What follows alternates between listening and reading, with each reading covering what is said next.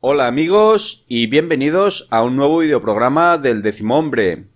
Este 21 de diciembre, los ciudadanos catalanes ejercerán su derecho al voto para elegir a sus representantes políticos, en lo que se espera sean las elecciones con mayor porcentaje de votantes que acudirán a las urnas en mucho tiempo.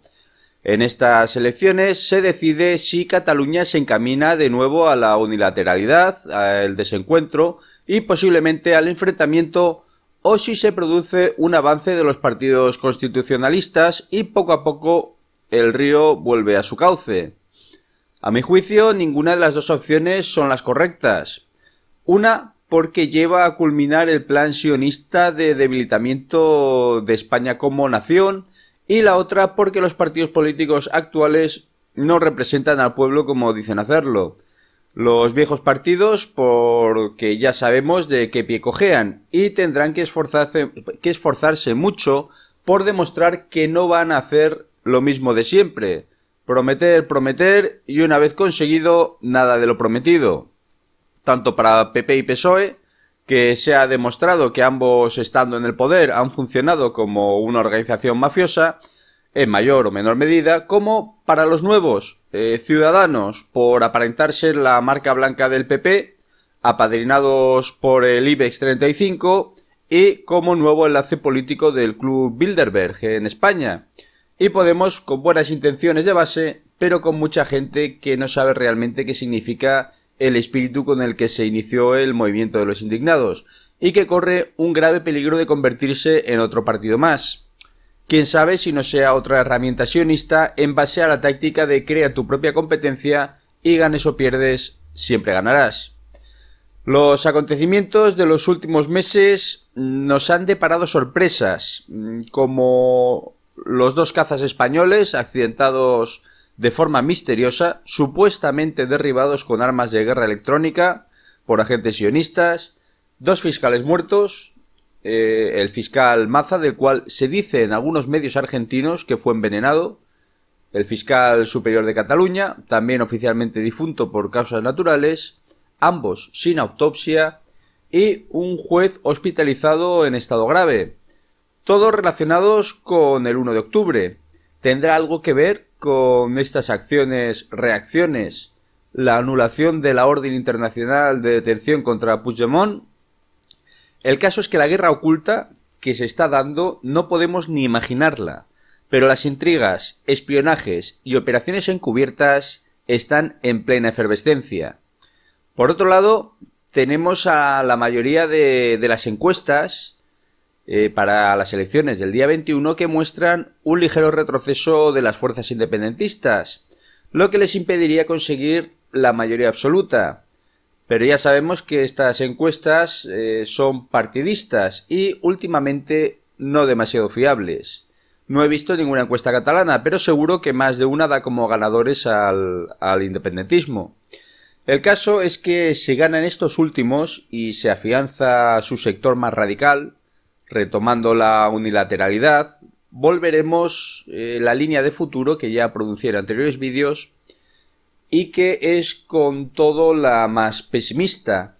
Si este independentismo resulta ser más moderado, olvidando la unilateralidad y defendiendo sus ideas por medios democráticos, denunciando además aquellas acciones que se demuestren antidemocráticas y anticonstitucionales realizadas en su contra, es probable que pudiera llegarse a un entendimiento y a un consenso, aunque me resulte difícil de creer en un diálogo no impositivo por parte del Partido Popular. Si por el contrario la mayoría es para los partidos llamados constitucionalistas, podríamos tener una mezcla de la anterior versión con mayores posibilidades de diálogo, al ver el independentismo una evidente pérdida de apoyo entre sus seguidores, y como resultado un respaldo moral y ético mucho menor en sus convicciones. Pero como digo siempre y repito, todo es una maniobra para dividirnos y que el rebaño siga siendo un rebaño manejado por títeres de otros títeres. Lo más probable es que se llegue a algún tipo de acuerdo para modificar algunos puntos de la Constitución, pero tampoco nos engañemos. Es cierto que la Constitución española necesita una reforma, pero de seguro que si ésta se hace no será en beneficio del ciudadano de base. ese ciudadano que con su sacrificio, esfuerzo y lágrimas ha sacado a España de la crisis, o eso dicen, porque lo único que se ha conseguido es pagar con el dinero del pueblo las meteduras de pata de los bancos, las cuales eran sabidas por estos desde hace mucho, y no solo sabidas, eran más bien planeadas, para que el rico se volviera más rico y el ciudadano que tenía que haber sido el verdaderamente recompensado, más pobre, con jornadas laborales interminables y sueldos exiguos, o estas muy cortas y temporales, solo para justificar el descenso del paro. La Constitución, ese pequeño gran libro, continuamente ultrajado e ignorado en muchos de sus derechos y obligaciones, como el derecho al trabajo o a una vivienda digna, entre otros, y la estricta aplicación de otros, como el artículo 135, que antepone el pago de la deuda pública ante cualquier otra circunstancia, y para lo cual en este punto no hubo ningún tipo de problema en modificar la Constitución. ¿Y a quién se ha beneficiado siempre con todo esto? Pues como siempre, finalmente a los bancos, mejor dicho a sus propietarios sionistas y askenazis. Y todo vuelve otra vez al mismo y original problema. Controlan lo que pensamos mediante diferentes técnicas de control de masas, mediante los medios de comunicación y la ingeniería social. Y esto es lo que repetidamente llevo diciendo que ocurre en Cataluña, tanto en un bando como en otro, que al fin y al cabo es ese uno de los propósitos de esta gente: dividir. Estas palabras que voy a leer a continuación, este texto, las dijo el presidente de Solución en Cataluña y candidato a la alcaldía de Barcelona, Gerard Bellalta. El sionismo es contrario a la identidad de los pueblos europeos, al resurgimiento espiritual de Europa, al renacimiento del genio europeo, al futuro libre de nuestros hijos y a la honradez.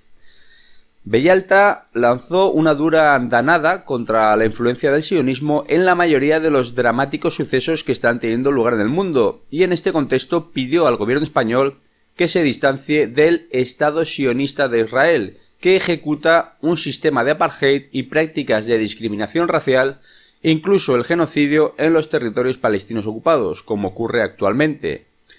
Continúa diciendo: tras denunciar que Cataluña es la región española con el mayor porcentaje de prosionistas en puestos clave dentro de la política, la comunicación y las finanzas, el líder catalán de Soluciona fue más allá y aseguró que el sionismo controla el nacionalismo catalán, empezando por el presidente Artur Mas y por la familia Pujol.